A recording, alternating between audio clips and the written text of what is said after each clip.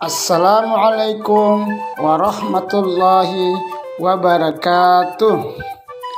Apa kabar abang dan kakak kelas 6 SD Cendekia Ambon yang dirahmati oleh Allah Subhanahu wa Ta'ala? Kita berjumpa lagi dengan pembelajaran keempat, yaitu ayo membayar zakat. Tujuan pembelajaran: siswa dapat memahami pengertian zakat, macam-macam zakat, orang-orang yang berhak menerima zakat, dan hikmah berzakat. Memahami arti zakat, menurut bahasa, zakat bermakna membersihkan. Yang kedua, menurut istilah, zakat berarti mengeluarkan sebagian dari harta tertentu yang telah mencapai nisab.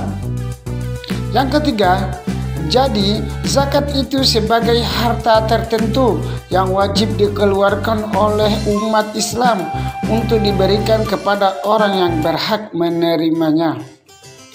Macam-macam zakat ada dua: zakat fitrah dan zakat mal.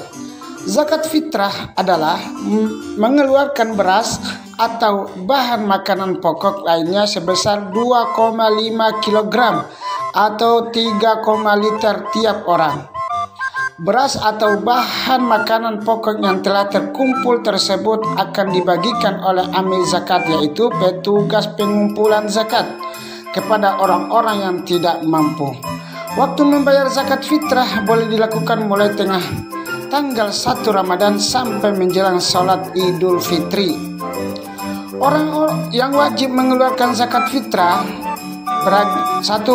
Beragama Islam, laki-laki dan perempuan sejak usia bayi, anak-anak atau lanjut usia. Dan yang kedua, memiliki penghasilan yang cukup untuk kebutuhan sehari-hari. Zakat fitrah untuk anak-anak menjadi tanggungan orang tua mereka. Dan yang ketiga, memiliki penghasilan yang cukup untuk kebutuhan sehari-hari.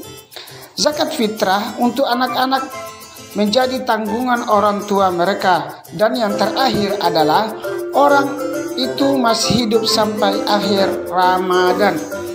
Dan yang kedua adalah zakat mal. Zakat mal disebut juga zakat harta, yaitu mengeluarkan sebagian harta kekayaan yang dimilikinya apabila telah mencapai nisab. Pengertian nisab adalah lama waktu suatu harta menjadi milik seseorang dalam jumlah tertentu. Contoh zakat mal: misalnya, jika seorang muslim memiliki 85 gram emas selama 1 tahun, zakat yang harus dikeluarkan 2,5%, atau jika harga emas 1 gram 400.000,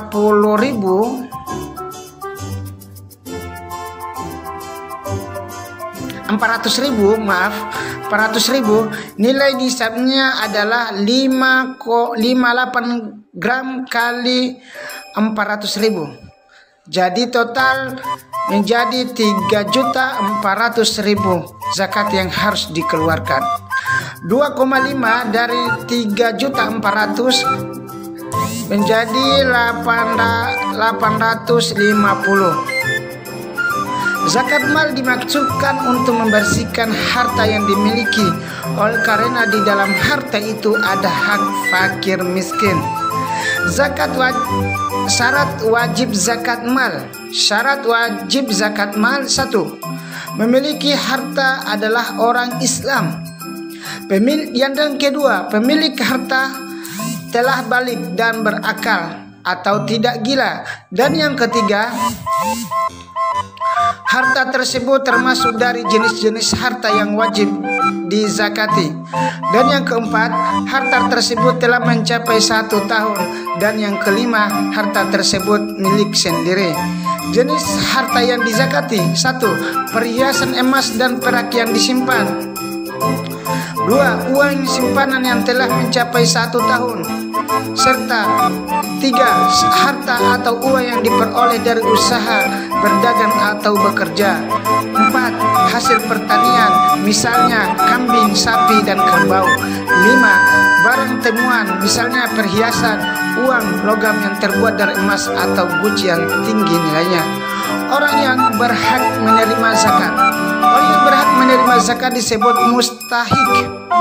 Zakat, Allah Subhanahu wa taala menetapkan golongan orang yang berhak menerima zakat dalam firman-Nya Quran surat At-Taubah ayat 60. Innamas shadaqatu lil fuqara'i wal masakin wa ila milin alaha wa ila maulatin qawlihim wa fir riqabi wa ila ghami wa fi sabili wa bighi sabili fardatan minallahi wallahu aliyun hakim, yang artinya sesungguhnya zakat itu hanyalah orang-orang fakir, orang miskin.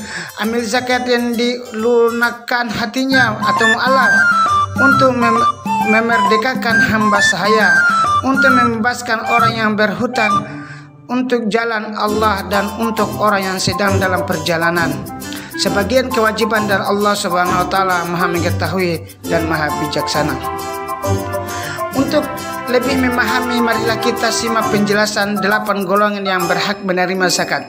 Yang pertama, orang fakir, yaitu orang yang amat sengsara hidupnya, tidak mempunyai tenaga dan harta untuk memenuhi kebutuhan hidupnya. 2. Orang miskin, yaitu orang yang tidak cukup penghasilan untuk memenuhi kebutuhan sehari-hari. 3. Pengurus zakat atau amil, yaitu orang yang diberi tugas untuk mengumpulkan dan membagikan zakat. 4. Mu'alaf, yaitu orang yang bukan Islam atau non-Islam, yang berkeinginan masuk Islam untuk masuk Islam, dan orang baru masuk Islam yang imannya masih lemah. Dan yang kelima, orang berhutang, yaitu orang berhutang karena untuk kepentingan yang bukan maksiat dan ia tidak sanggup membayarnya. Orang yang berhutang untuk memelihara persatuan umat Islam. Dan yang keenam, orang yang berjuang di jalan Allah fisabilillah, yaitu orang berjuang untuk keperluan pertahanan Islam di zaman Nabi Muhammad SAW. Fisabilillah itu mencakup juga kepentingan-kepentingan umum seperti mendirikan masjid, mushola, sekolah, madrasah, rumah sakit, dan sebagainya. Dan yang ketujuh, hamba sahaya, yaitu orang budak yang harus dimerdekakan. Dan yang kedelapan, Ibnu Sabil, yaitu seorang anak yang sedang menuntut ilmu namun kesulitan dalam pembiayaan. Hikmah berzakat. Hikmah berzakat satu, yang membersihkan harta dan jiwa membayar zakat, dan sifat kikir atau rakus.